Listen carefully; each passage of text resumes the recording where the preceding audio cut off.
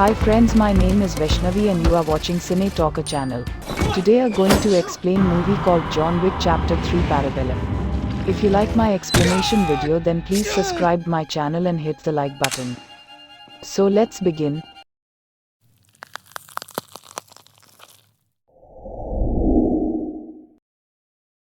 The film starts as Jhon Wick and his still unnamed pitbull run through the streets of New York City.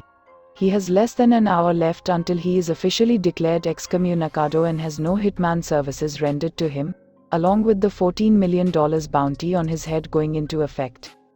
He gets into a cab and leaves the dog to be taken to the Continental to be left in the care of Karen by giving the cabbie a token. John proceeds to the New York Public Library. After being directed by the librarian, he finds a book containing hidden marker coins and a crucifix necklace. A lone hitman, Ernest, comes in and tries to kill John, leading to them knocking each other around the bookshelves before John gets a heavy book and uses it to beat Ernest, dislocate his jaw, and finally snap his neck with it. John then travels to see the doctor to fix up his wounds, but he is unable to finish before the hour is up, and John's life is up for grabs. John finishes the stitching himself, but before he leaves, the doctor tells him to shoot him in the right areas to make it look like John forced him to help. He then starts to run through Chinatown where he is found by a gang who chase after him. They end up in a warehouse where they fight and then come across a bunch of knives, daggers, and other pointy weapons.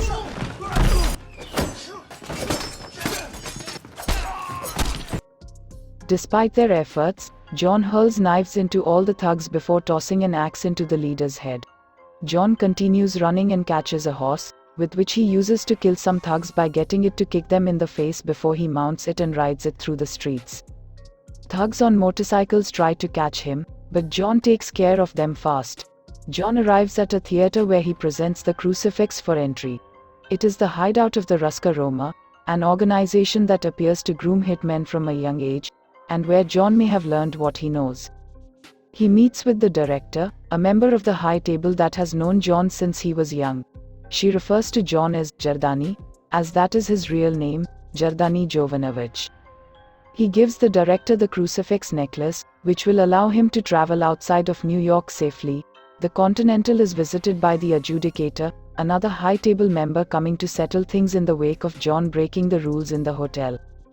She meets with Winston and tells him that since he gave John a 1-hour head start before his contract went up, he has a week to step down as manager of the Continental. Similarly, she visits the Bowery King and tells him to step down since he gave John sanctuary when Santino put the hit on his head. John goes to Casablanca where he is at first attacked by hitmen until one guard stops them since he knows why John is there. He is escorted to meet with an old friend, Sophia, who is accompanied by her 2 loyal and vicious German shepherds. He presents her with a marker with her blood on it, done when John helped protect Sophia's daughter and hid her. While she isn't keen to help John, she agrees to do so. He wants to locate the elder, who ranks above even the high table themselves and can remove John's excommunicado status. The adjudicator finds an assassin named Zero and entrusts him and his men to find John and kill him. He readily agrees to the task. The adjudicator and her men then pay a visit to the director. Because she helped John get out, the adjudicator has the director's associates killed while they force her to prove her fealty to the high table by running a blade through both her hands so that she may pay with blood. Sophia takes John to meet Barada so that he can give John the location to find the elder in the desert, but John will only meet with him if the elder chooses to find John himself. Barada then demands one of Sophia's dogs as repayment, but when she refuses to give the dog up, Barada shoots it. It was wearing a bulletproof vest, but Sophia is pissed, so she and John proceed to shoot up Barada's people while the hounds start chomping on groins, including Barada's. Sophia then shoots Barada in the leg before she and John take one of his cars.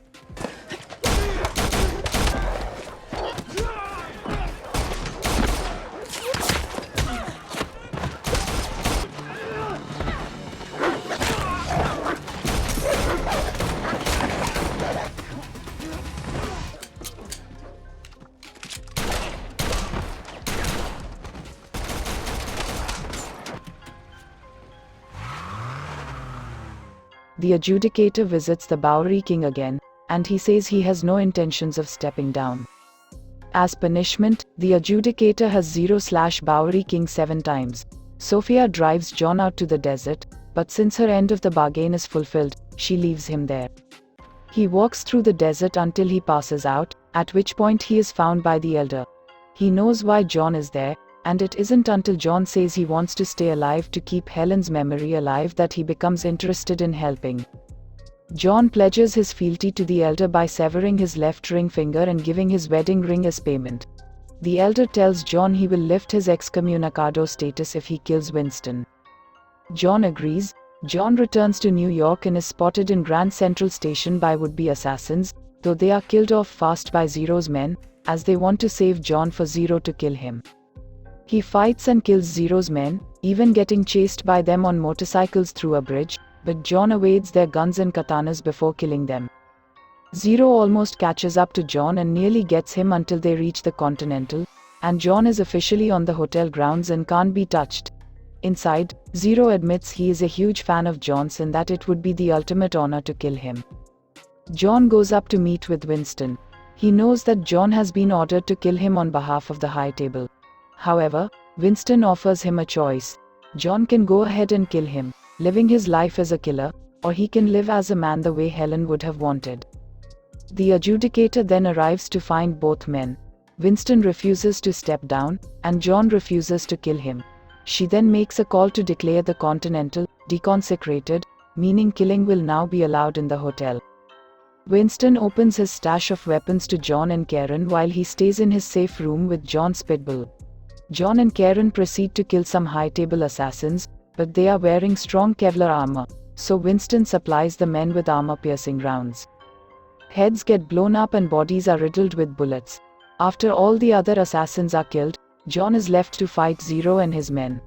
The goons toss Jhon through a bunch of glass cases until he manages to gain the upper hand and take them out, leaving only Zero alive.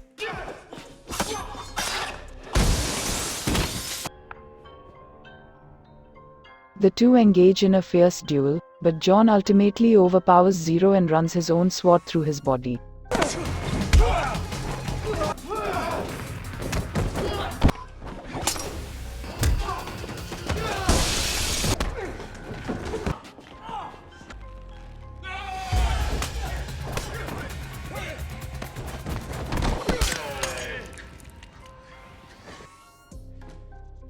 Zero still thinks it's an honor to be killed by Jhon. As the morning comes, the adjudicator offers to parley with Winston. They meet on the roof of the hotel where she offers to let Winston stay at the Continental, but Jhon must be dealt with. Winston then appears to betray Jhon by shooting him multiple times, sending him falling off the roof to the ground below. The adjudicator reconsecrates the hotel and starts to leave, but she goes around by the alley where Jhon fell and notices he is gone. She informs Winston, and they realize Jhon is still a problem. Jhon is picked up by TikTok Man, who brings him to Bowery King in his lair. He sees how messed up Jhon is, and he tells him that he is pissed at the High Table. He asks Jhon if he's pissed too, and Jhon says he is. I think this is the end of the video, so if you like my video then please comment your thoughts, subscribe my channel and hit the like button.